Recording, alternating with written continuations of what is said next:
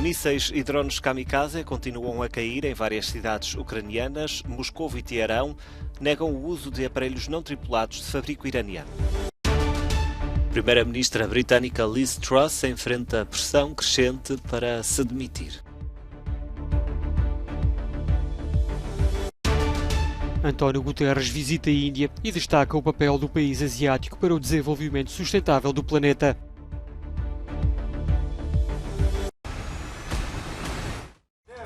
Na Ucrânia continuam a chover mísseis russos e drones kamikaze em várias cidades. Em Kiev, a capital, os habitantes refugiam-se como podem, quase sempre em abrigos subterrâneos.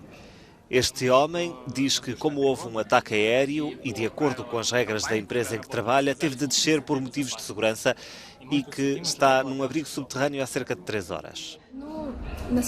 Olga diz que agora não é tão assustador como era em fevereiro, por altura do início da invasão, mas que quanto mais drones kamikaze, mais mísseis são lançados e mais fica com raiva. Há poucas dúvidas sobre o poder destrutivo destes drones. O exército ucraniano diz estar a interceptar muitos dos aparelhos não tripulados de fabrico iraniano. A condenação internacional aumenta perante a destruição provocada em cada vez mais infraestruturas energéticas críticas na Ucrânia. A Presidente da Comissão Europeia fala em atos de puro terror.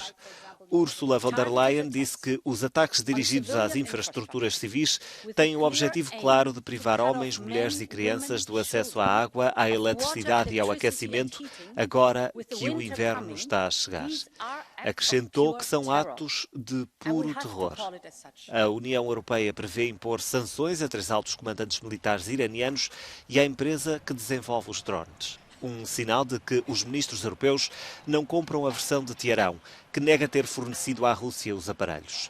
Numa sessão fechada do Conselho de Segurança das Nações Unidas, representantes da Rússia e do Irão também negaram o uso de drones, mas a Ucrânia diz que já interceptou 220 desde meados de setembro. O antigo primeiro-ministro italiano Silvio Berlusconi foi gravado a vangloriar-se pelo facto de ter voltado recentemente ao contacto com o presidente russo, com quem trocou presentes, vodka por garrafas de Lambrusco, um vinho italiano, acompanhados de cartas simpáticas. Comentários entre Berlusconi e deputados do Forza Itália no Parlamento. Uma relação que está a criar polémica, com os meios de comunicação a dizerem que a primeira-ministra está refém de pró-russos ou que Berlusconi está a minar o acordo.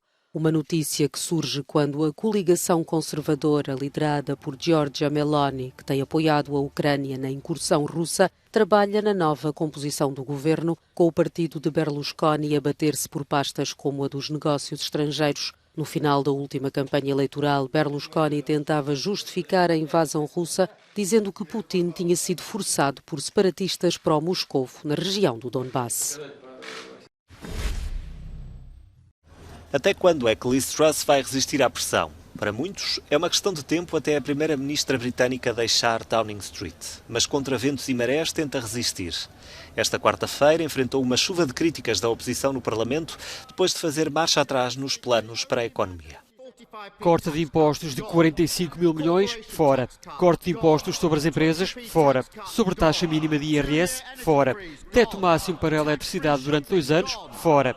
Compras sem impostos, fora. Credibilidade económica também. E o suposto amigo, o antigo ministro, também saiu. Tudo fora. Então por que é que ela ainda continua em funções? Na resposta, Liz Truss diz ser uma lutadora, não uma desistente.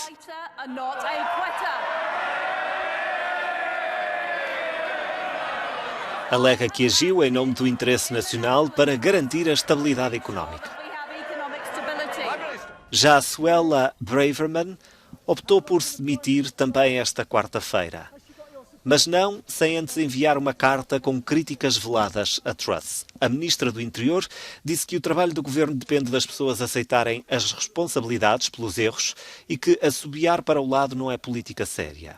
O seu erro, disse, foi ter quebrado as regras de segurança ao enviar um documento oficial sobre migração do e-mail pessoal.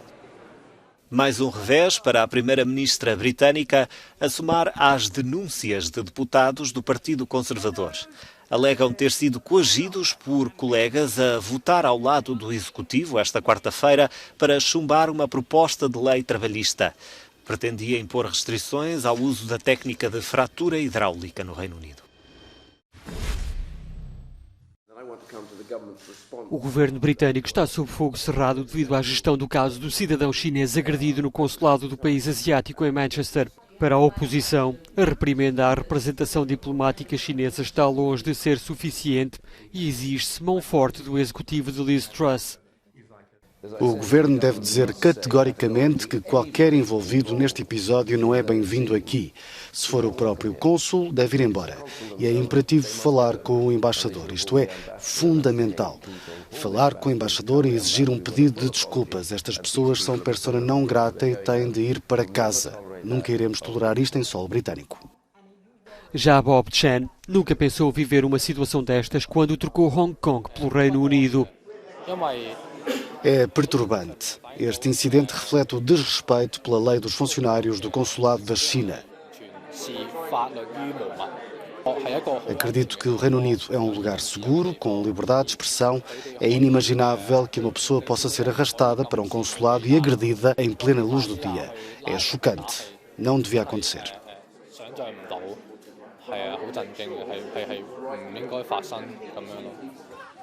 O episódio teve lugar no domingo durante um protesto pela democracia. Para a representação diplomática chinesa, o manifestante em questão invadiu as instalações do consulado e representava uma ameaça. De acordo com a lei, a polícia local só pode intervir no interior do consulado a pedido das autoridades consulares.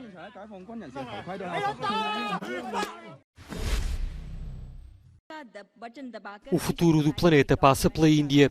Em visita ao país asiático, António Guterres encontrou-se com o primeiro-ministro Narendra Modi e sublinhou a importância do país, que é o lar de 1/6 da humanidade, para atingir os Objetivos de Desenvolvimento Sustentável da ONU até 2030. Assumamos o compromisso de alterar as nossas economias e os nossos estilos de vida para podermos partilhar os recursos da terra de forma justa, usando apenas o que é necessário.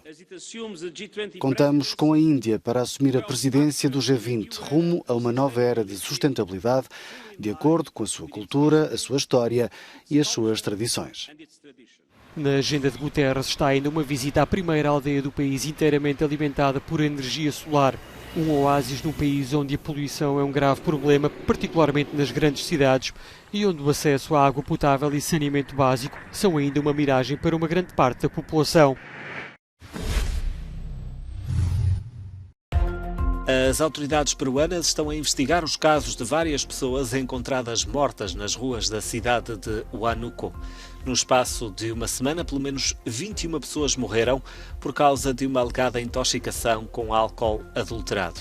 Há suspeitas da presença de metanol impróprio para o consumo humano. Uma pessoa morreu na sequência de um choque em cadeia numa estrada do estado americano de Oregon.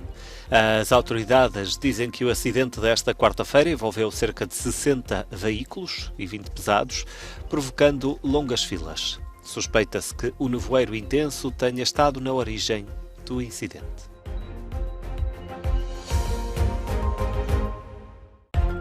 Em Mossul, no Iraque, uma equipa de arqueólogos descobriu um conjunto de gravuras com 2.700 anos. Foram encontradas durante os trabalhos de reconstrução do antigo portão monumental de Mashki, demolido em 2016 pelo autodenominado Estado Islâmico. 8 das gravuras retratam cenas de guerra do governo dos reis assírios na antiga cidade de Nínive.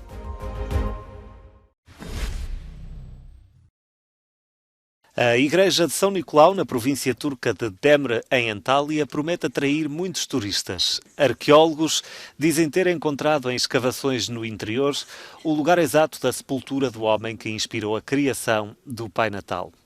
A igreja está a ser renovada, foi construída sobre as fundações de outra igreja cristã antiga, onde São Nicolau serviu como bispo e foi depois sepultado. Em 1807, ladrões de Bari, em Itália, terão, ao que tudo indica, profanado o túmulo e levado a maioria dos restos mortais.